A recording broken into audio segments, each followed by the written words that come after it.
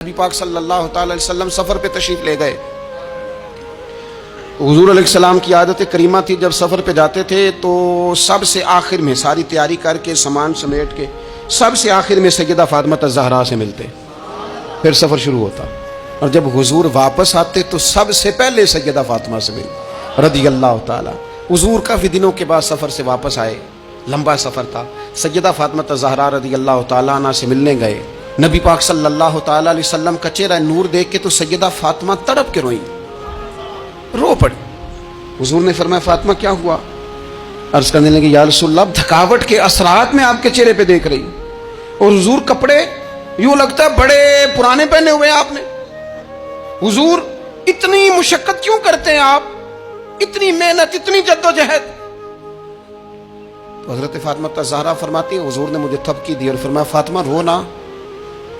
اور یہاں وہ بعض لوگ ہوتے ہیں نا، جو ہم نے دیکھا ہے ہمارے ہاں اس طرح ہوتا ہے کہ وہ کوئی اس طرح کی بات کرے تو وہ زیادہ رونے لگ جاتے ہیں، کیا کریں بڑے مسائل ہیں، بڑی مشقت ہے، کرنا پڑتا ہے، لوگ اور زیادہ۔ لیکن نبی پاک علیہ السلام نے سوچوں کو نیا زاویہ دیا، خیالات کو نیا رخ دیا، اس بات کو ایک نیا انداز سوچنے کا فراہم کیا۔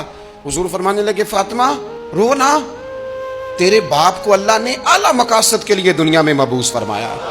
حضور فرمانے لگے فاطمہ کوئی گھر کچا، کوئی پکا، کوئی خیمہ ایسا نہیں بچے گا جہاں اللہ دین اسلام کو پہنچا نہیں دے گا۔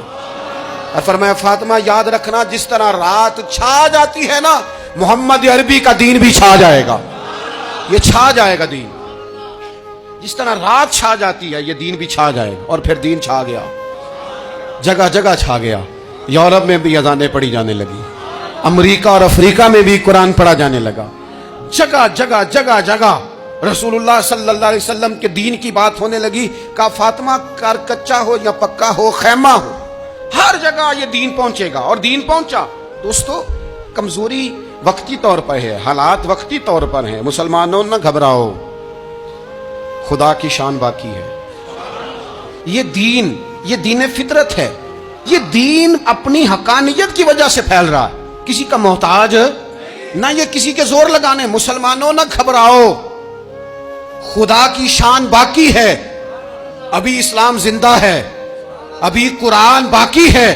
یہ کافر کیا سمجھتے ہیں جو ہم سے روز الجھتے ہیں، ابھی تو کربلا کا آخری میدان باقی ہے، ابھی تو آخری میدان لگے گا میدان کربلا میں، اور فکر حسینی کے علمبردار میدان میں نکلیں گے، یزیدی سوچوں سے ٹکرائیں گے، اور بڑے سینے تیار ہیں جو اس کے لیے پوری جدوجہد کریں گے۔